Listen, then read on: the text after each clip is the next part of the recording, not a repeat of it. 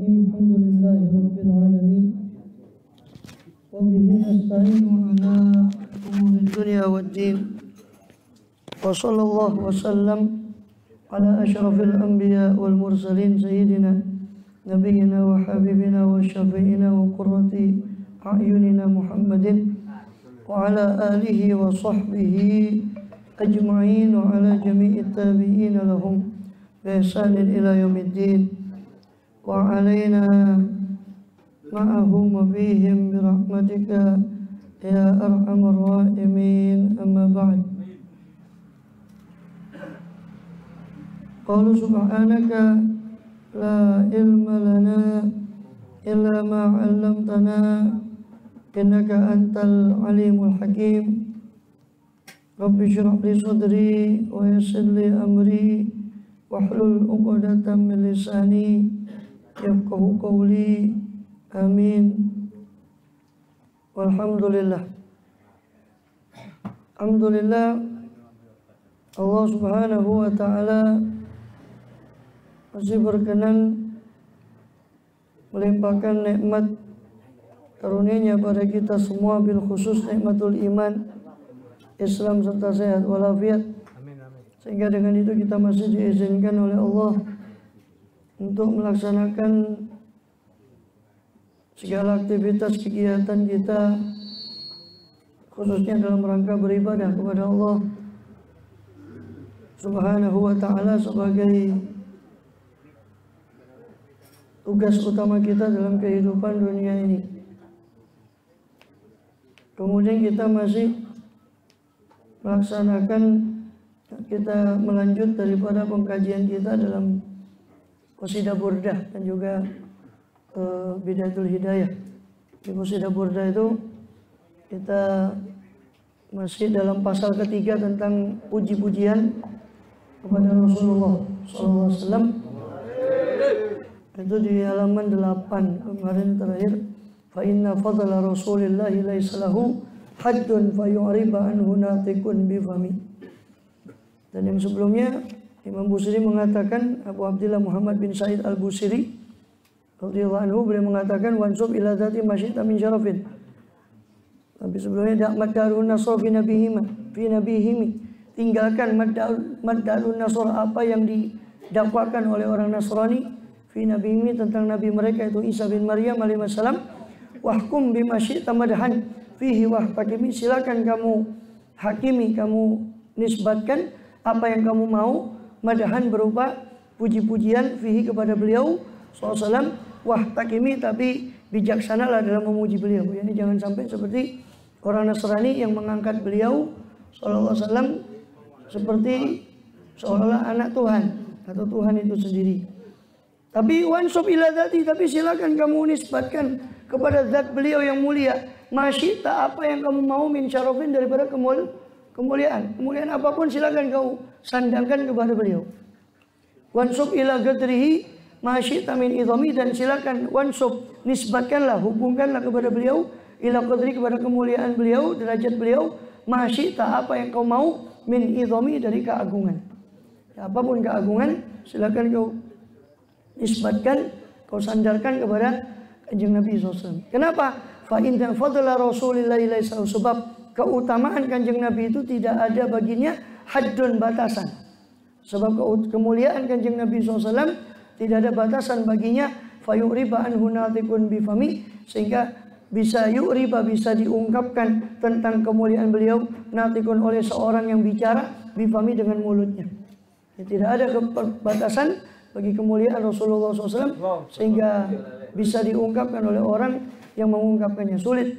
Semua orang yang mengungkapkan keindahan beliau, dari para penyair, para ulama, semua mengakui kelemahan mereka untuk memuliakan beliau SAW. Ya, di bak, kalau antum panjenengan baca di Maulid Diba, itu Syekh Abdurrahman Ad-Dibai di akhir Maulid Dibanya mengakui, fama asa yuqala fima wasafal Quran, apa yang boleh diungkapkan tentang seorang yang Quran saja sudah memuliakan beliau. Apa yang bisa diungkapkan tentang seseorang yang Quran saja sudah memujinya? Ini semua yang memuji beliau SAW dari awal sahabat sampai zaman terakhir. Itu semua para penyair di akhir pujiannya mengakui bahwa mereka tidak mampu untuk memuliakan Rasulullah SAW. Lau nasabat qadrahu ayatu idhaman, seandainya membandingi qadrahu akan kemuliaan beliau apa ayatuhu, mukjizat beliau, idhaman yakni keagungannya. Jadi seandainya keagungan mukjizat beliau itu membandingi kemuliaan beliau, seandainya saja mukjizat beliau itu mulianya, kemuliaan mukjizat beliau itu sama dengan kemuliaan beliau, niscaya ahyasmuhu akan menghidupkan nama beliau itu hina yud'a, ketika dipanggil dari sarrimami, tulang-tulang yang sudah hancur. Seandainya saja mukjizat beliau mulianya sama dengan kemuliaan beliau, pasti nama beliau pun ketika dipanggil itu akan menghidupkan tulang-tulang yang. Tapi beliau itu tidak mau menguji kita melebihi daripada batas. Makanya dikatakan lam yamtahinna bima ta'yal uqulu bihi. Beliau itu tidak menguji kita dengan apa yang ta'ya, apa yang lemah akal kita itu untuk menerimanya. Hirsan alaina, karena beliau sangat ingin kita beriman sehingga tidak menguji kita dengan sesuatu yang di luar akal kita. Falam nartab walam nahimi, sehingga kita tidak ragu kepada beliau dan tidak syak, tidak bersangka buruk atau keraguan kepada beliau SAW. Ayal wara fahmu maknahu falaysa yura fil qurbi wal bu'di fi ghairu munfahim. Ayal wara fahmu maknahu, telah melemahkan semua makhluk untuk memahami sifat beliau sallallahu alaihi wasallam yang mulia. Falaysa yura, maka tidak terlihat fil qurbi wal bu'di, baik dalam kedekatan maupun dalam kejauhan.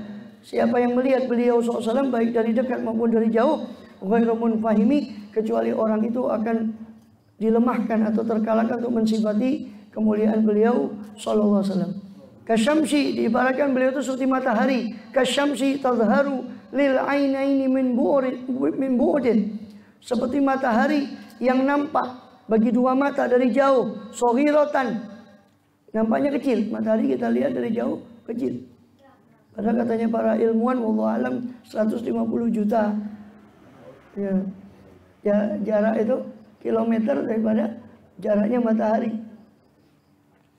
Kasyamsi tadharul ain, beliau itu seperti matahari yang nampak bagi dua mata itu dari kejauhan. Soghiratan, nampak kecil dari jauh. Wa tuqilu tarfa min amami, tapi memayahkan mata kalau seandainya itu di hadapan kita. Maka memayahkan mata. Kalau melihat matahari lagi ya, kentar-kentar ya, matahari itu siang terang dipentelengi ya. Itu lama-lama mata kita payah ya. Maka umpamanya beliau itu seolah-olah seperti matahari kalau dari jauh itu nampak kecil walaupun sinarnya juga masih terang.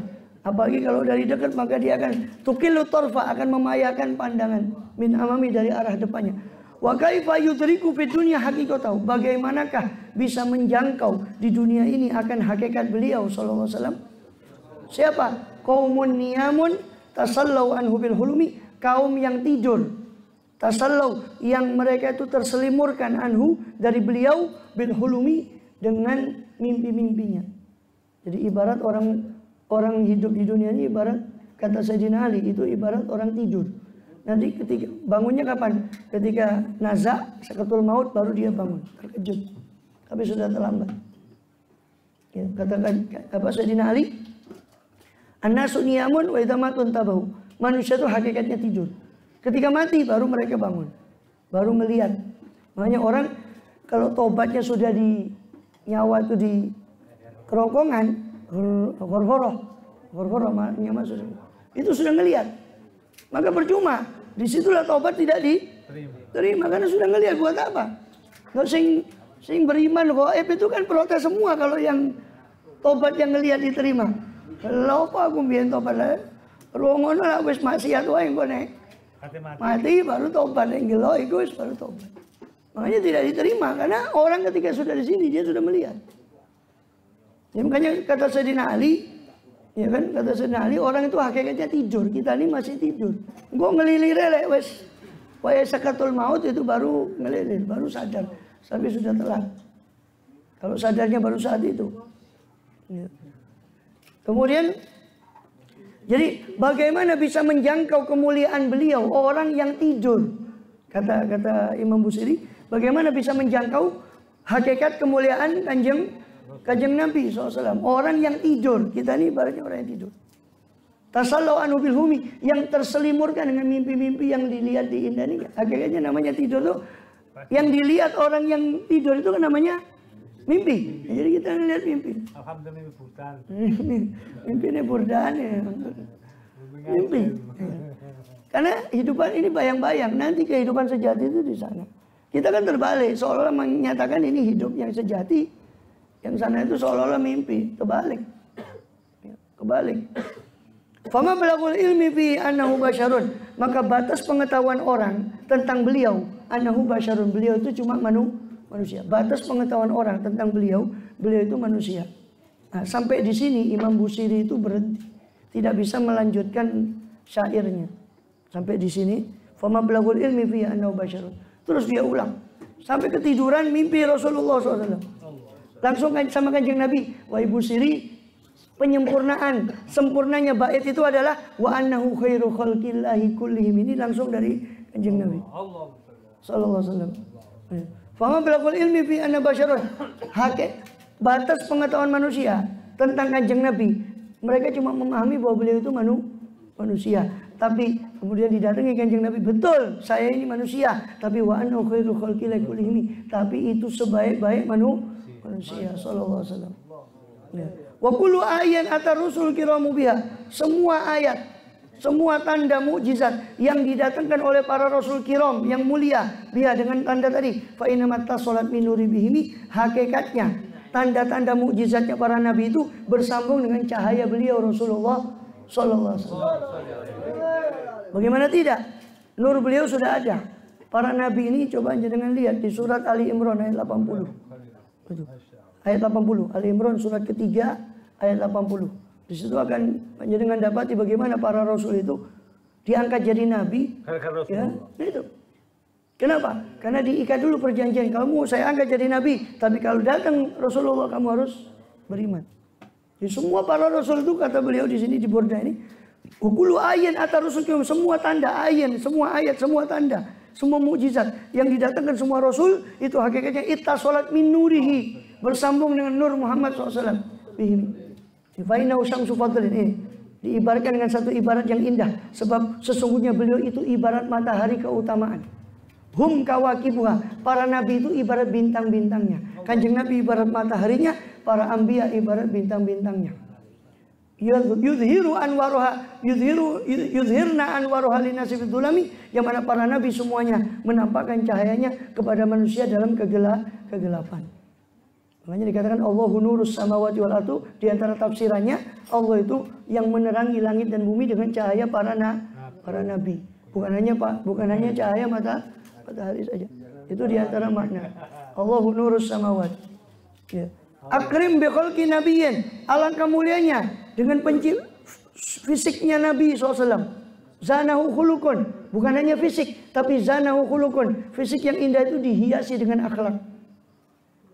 Dihiasi dengan akhlak. Bil husni mustamilin, yang akhlak itu mencakup bil husni kebaikan, bil bisyri muttasimi, yang mana ditandai akhlak itu dengan bisyr, sumeh, dengan senyumnya beliau sallallahu alaihi wasallam. Karena percuma bagus bawaannya tapi tidak bagus akhlaknya. Tapi beliau itu khalqin nabiyyin zanahu khuluqun. Khalqun itu bentuk fisik, khuluqun itu sama lam qaf cuma beda harokat. Khalqun itu bentuk fisik, khuluqun itu akhlak. Beliau itu bagus khalqan wa khuluqan. Bagus bukan hanya bentuk fisik tapi akhlak beliau SAW. Kazari, mudah-mudahan kita semua orang kita cintai, anak-anak kita diperbagus daripada akhlak mereka, perilaku mereka, amin ya rabbal alamin. Mengikuti para kanjeng, makanya ada apa dibacakan burdah, ya kan? Tabarukan, atau kalau tidak burdah dibacakan tiba. Itu sebetulnya ulama-ulama dulu ngajar itu kita tabarukan, ngalap barokah kanjeng Nabi itu. Dengan harapan semoga anak kita atau siapa hajatnya itu dikabulkan dengan berkat kanjeng Nabi, syukur-syukur itu akhlak beliau, kan gitu. Maksudnya itu dibacakan burdah itu seperti itu. Kazabi fitarofin badri bisyarofin, ibarat beliau itu seperti bunga fitarofin dalam keindahannya, Wal badri fi syarafin, beliau itu ibarat rembulan, bulan purnama. Fi syarafin, dalam kemuliaannya. Wal bahri fi karamin, beliau itu ibarat laut dalam kedermawanannya, tidak habis-habis. Ibarat laut dalam kedermawanannya. Wadahri fi himami, beliau ibarat masa, waktu yang terus maju dalam hal semangat beliau SAW tidak pernah habis. Seperti waktu yang terus berjalan. Ya, sallallahu alaihi wasallam. Karena huwa fardun min jalalatihi, seolah-olah beliau itu cuma tunggal dalam keagungannya. Seolah-olah beliau tidak ada makhluk ya. Kita setinggi-tinggi kita mengangkat Kanjeng Nabi, beliau tetap makhluk, tapi makhluk yang paling mulia. Bukan seperti orang yang lain yang mengangkat nabinya, jadi kita seperti anak Tuhan, kita tetap beliau makhluk, tapi makhluk yang paling mulia. Karena makanya sini katakan karena huwa fardun min jalalati, seolah-olah beliau itu tunggal dalam keagungannya. Fi askarin, dalam pasukan, di antara pasukan beliau adalah tunggal dalam keagungannya. Fi askarin, dalam satu pasukan. Hina talqahu, ketika kau jumpai beliau. Wa fi hasyami, dan dalam rombongan banyak orang kau akan jumpai beliau dalam keagungannya sallallahu alaihi wasallam. Ka'annama lu'lu'ul maknunu fi sadafin, seolah-olah beliau itu lu'lu'ul maknun, mutiara yang tersimpan fi sadafin. Sadaf itu cangkangnya mutiara. Ya, kerangnya ada mutiara, itu sadaf. Seolah-olah beliau itu mutiara yang tersimpan fi sadafin, di dalam cangkang mutiara, kerang itu. Min ma'dinai mantiqin minhu wa mubtasami, dari dua sumber, yaitu mantiqin, pembicaraan beliau yang mutiara yang indah tadi, wa mubtasami, dan senyuman beliau SAW yang indah, ibarat mutiara yang tersimpan dalam cangkang. Latiba, terakhir, bait terakhir. Setelah itu kita beralih nanti ke pasal yang keempat tentang Maulidun Nabi, tentang kelahiran Kanjeng Nabi SAW. Maka bait terakhir di pasal ini, latiba ya'dilu turban dhamma a'dhumahu. Latiba, tidak ada minyak wangi, ya'dilu, yang membandingi, turban, tanah, dhamma a'dhumahu, yang melingkupi jasad beliau SAW. Tidak ada minyak wangi yang membandingi tanah yang melingkupi jasad beliau yang mulia SAW. Tuba limuntasyikin, beruntung orang yang mencium tanah itu. Minhu wa multasimi, tuba limuntasyikin, beruntung orang yang menghirup wewangian dari makam beliau SAW, wa multasimi, dan mencium makam beliau SAW. Dan kita direzekikan oleh Allah SWT untuk menziarahi beliau, bukan hanya menziarahi beliau, melihat beliau dalam mimpi, dalam keadaan terjaga, baik ketika kita hidup maupun di barzakh nanti, maupun ketika hari kiamat. Amin ya rabbal alamin. Wallahu a'lam bishawab. Sedikit dari penyempurnaan dari Bidayatul Hidayah tentang penghabisan dari bab wudu. Kemarin masih ada sisa dari bab wudu. Ya, dari bab wudu. Itu di halaman 19. Itu sudah halaman 19, tapi saya ringkaskan aja. Allahumma asmin munajjal jannah fil jannah mal abror. Itu doanya ketika membasuh telinga. Ya, kemarin lanjutan daripada Imam Ghazali radhiyallahu anhu wa nafa'al amin di kitab beliau Bidayatul Hidayah. Yaitu di antara doa-doa wudu ketika mengusap telinga setelah kepala, ya Allahumma ja'alni minal ladzina sami'u qawla fayattabi'una. Ya Allah, jadikan saya termasuk orang yang mendengarkan yang baik dan mengikuti yang baik tadi.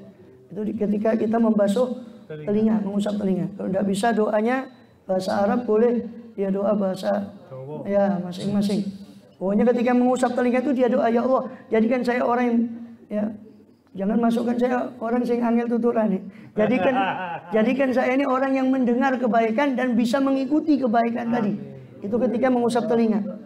Ya, maj'alni itu. Allah masmi'ni maj'alni minal ladzina sami'u qawla fayattabi'una ahsanah, halaman 19 bawah. Atau doa yang lain, Allah masmi'ni munajjal jannah fil jannah mal abror.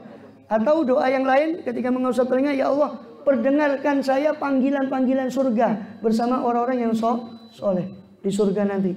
Itu diantara ya. Sumam sarokobata, kemudian usap leher. Mengusap leher ini antara para ulama memang terjadi perbedaan pendapat. Sebagian mensunahkan mengusap tengkuk atau leher, sebagian tidak mensunahkan. Setelah telinga itu ada yang mensunahkan mengusap leher baru kaki. Ya, terserah mau mengusap leher dan itu memang ada khilaf tentang hadisnya. Ya. Kalaupun mengusap leher di situ ada doanya. Allahumma fukka raqabati minan nar. Ya Allah bebaskan leher saya dari api neraka. Wa a'udzu minas salasil aghlal, dan aku berlindung kepadamu daripada rantai. Ya, rantai dan belenggu. Ya. Tsumma ghsil rijlaka. Kemudian basuh kaki kananmu. Al-yumna yang kanan, kemudian yusra yang kiri. Ini juga 3 kali kanan, baru 3 kali kiri, bukan selang-seling. Kemudian berdoa yang kalau ketika yang kanan, ma'al ka'bain bersama dengan 2 mata kaki, kemiren, ya, 2 mata kaki. Wa tukhallil bi khinsil yusra, juga sempurnanya di sela-sela dengan kelingking yang kiri. Asabi' rijlal yumna, itu asabi' rijlakal yumna, yaitu jari yang kanan di sela-sela dengan kelingking yang kiri, mulai dari kelingking kanan kaki, kelingking kaki kanan sampai kelingking kaki kiri. Dan ini tidak mungkin kecuali duduk. Karena kalau berdiri sulit, jatuh nanti. Ya. Hatta taktim bi khinsil yusra, sampai kau selesaikan mubtada bi khinsil yumna, dimulai dengan kelingking kanan yang kaki kanan, sampai kau taktim, kau tutup dengan khinsil yusra, kelingking kaki kiri. Fil asabi min asfal, dan kau masukkan kaki jari tangan tadi dari arah bawah. Jadi dari bawah kaki, bukan dari atas. Itu doanya di situ. Allahumma tsabbit qadami ala sirat. Ya Allah, tetapkan kaki saya di atas sirat nanti. Ya. Mustaqim ma'a aqdami ibadika bersama kaki hamba-hambamu yang soleh. Wa kadzalika, begitu juga kau ucapkan ketika mengusap kaki, membasuh kaki kiri. Allahumma a'udzuka min antazila qadami, ya Allah aku berlindung kepadamu daripada terpeleset kakiku ala sirat, dari atas sirat, finnar, ke dalam neraka, naudzubillah. Yauma tazul aqdamul munafiqil musyrikin, pada hari di mana terpeleset kaki-kakinya orang munafik dan musyrik. Warfa'il ma'ila sofis saqain, angkat air itu sampai pertengahan betis. Ya, jangan kelebihan sampai lutut, dan itu terlalu berlebihan sampai betis. Ya, pertengahan betis paling tidak.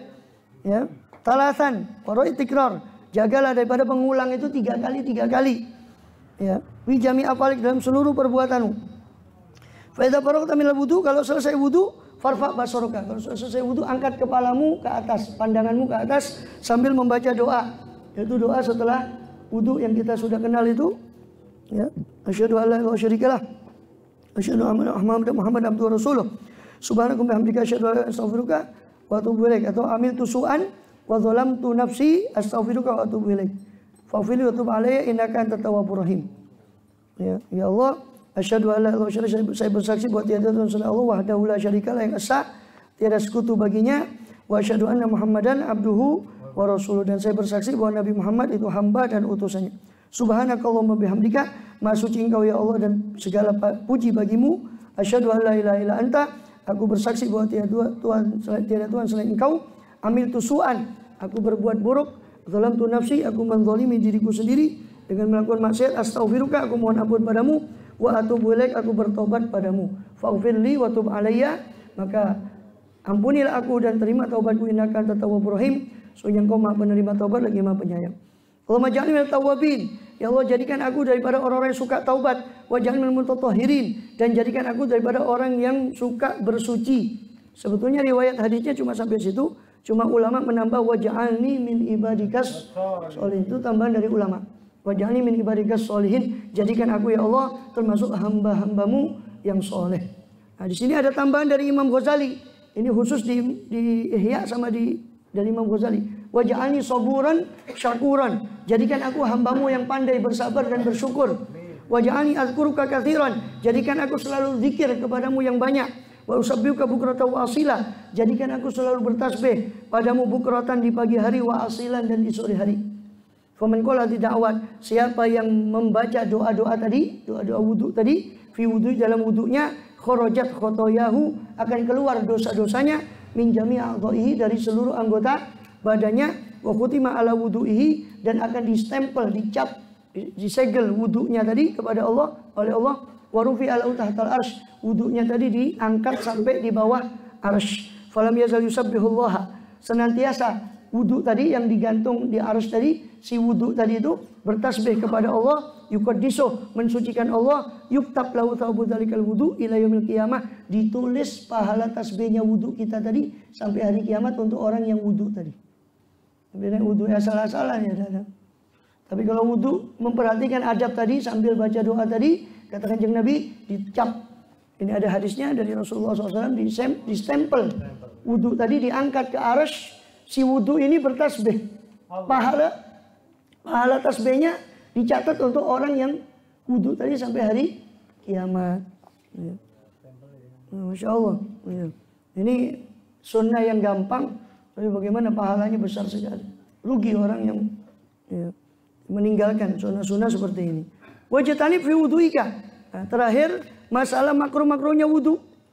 Maka jauhilah olehmu 7 perkara dalam wudhumu. La tanqut yadaka, la tanfut itu keliru. La tanfut yadaka. Jangan kamu kibaskan tanganmu itu habis wudhu, di kipat-kipatnya dicipratan. Ini makruh. Ya, tidak haram, wudhunya sah, tapi makruh. Perbuatan itu dibenci, tidak disukai oleh Allah dan Kanjeng Nabi SAW. Fatarus syalma, akhirnya airnya nyiprat semua. Padahal wudhu itu ibadah.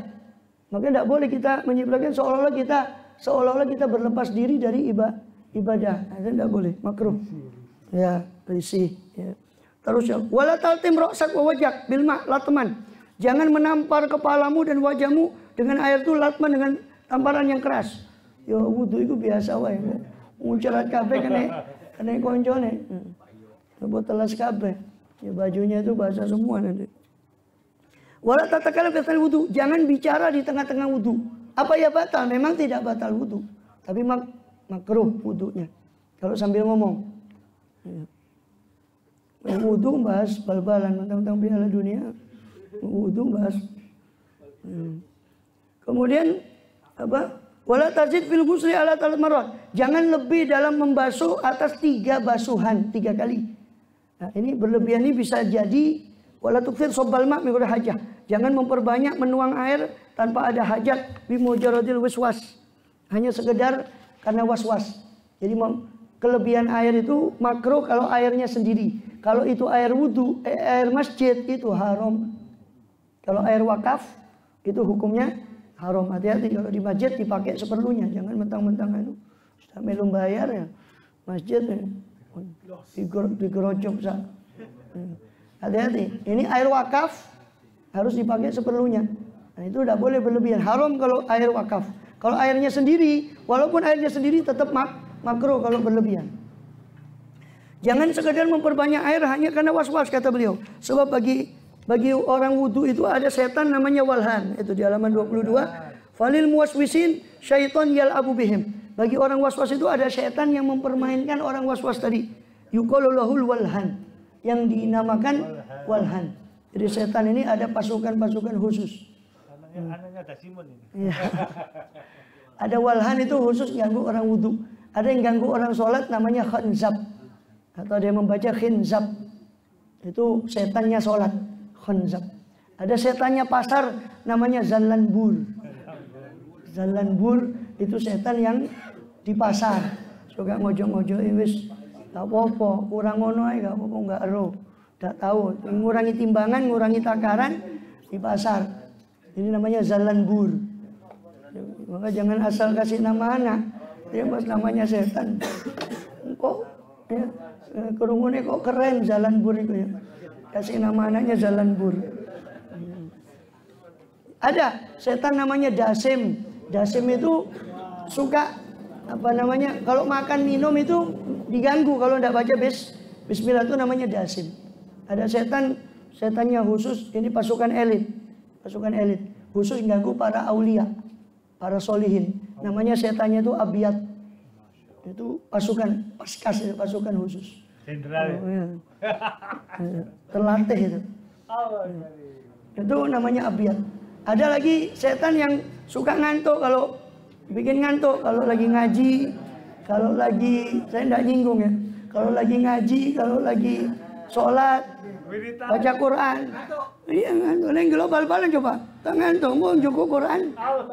Hanya teman saya kadang apa suka guyonan nih, awakmu gawa, kayak seturu juga Quran gue lah ngantuk. Ya kan, setannya nih. Jadi setannya diperalat buat cuma tidur. Jadi masing-masing ada pasukan khusus setan itu. Namanya apa? Wasnan. Setan yang suka ganggu waktu ngaji, waktu sholat, itu namanya wasnan. Ya. Ada setan yang suka mengganggu rumah tangga, ya. Rumah tangga di rumah tangga itu namanya setannya zina itu. Ya. Ada khusus itu. Ya. Taber, ada namanya taber, setan itu. Ya. Juga itu setan yang mengganggu orang ketika musibah, supaya orang itu menyalahkan takdir dan sebagainya, meratapi terlalu berlebihan. Itu ada setan khusus. Jadi setan itu ya pasukan-pasukan khusus, ya, spesialis. Wala tatawaddu bil ma'i musyammas. Jangan wudu dengan air yang terpapar matahari. Tapi ini berlaku cuma di negeri yang panas dan di wadah logam. Kalau wadahnya plastik tidak apa-apa. Apalagi kalau di negeri yang bukan negeri yang panas, seperti Indonesia kan bukan termasuk panas. Kalau itu berlaku cuma di negeri yang biasanya panas, di Jazirah Arab. Ya, terus di wadah-wadah yang logam. Karena khawatir kalau wadah logam itu bereaksi air panas itu dengan karat. Itu nanti karatnya bisa luntur ke air itu. Konon wallahu alam katanya bisa menyebabkan belang di kulit. Ya, wallahu alam. Kemudian walau fil awani sumriyah, makruh wudu di wadah-wadah dari tembaga atau kuningan. Dari yang kuning, wadah-wadah dari kuningan. Fadhi sabah makruha, maka wudu itu tujuh perkara tadi makruh dalam wudu. Dalam wudu itu makruh. Dan dalam hadis dikatakan fil khabar, inna man dzakarallaha inda wudu tahara jasadahu. Siapa yang mengingat Allah di wudunya, Allah sucikan seluruh jasadnya. Wa man lam yadhkurillah, siapa yang tidak mengingat Allah di wudunya, lam yatatahhar minhu illa ma sabalma, maka tidak menjadi suci kecuali apa yang dikenai oleh air. Tapi kalau dia zikir sama wudu tadi, baca doa, maka Allah sucikan semua anggota badannya. Tapi kalau cuma asal wudu saja, maka tidak bersih kecuali anggota yang kena air. Wallahu a'lam. Terakhir nanti banyak tempat-tempat yang dianjurkan wudu. Seperti ketika mau ngaji itu dianjurkan wudu. Walaupun tidak wajib kita, maksudnya ngaji fikih seperti ini tidak wajib wudu, tapi afdolnya wudu. Ke majelis-majelis kebaikan afdolnya wudu. Ya, banyak hal-hal yang dianjurkan wudu. Mau ziarah, terutama ziarah para wali, afdolnya wudu. Ya, Allahu a'lam. Bismillahirrahmanirrahim. Fatihah. Alhamdulillah.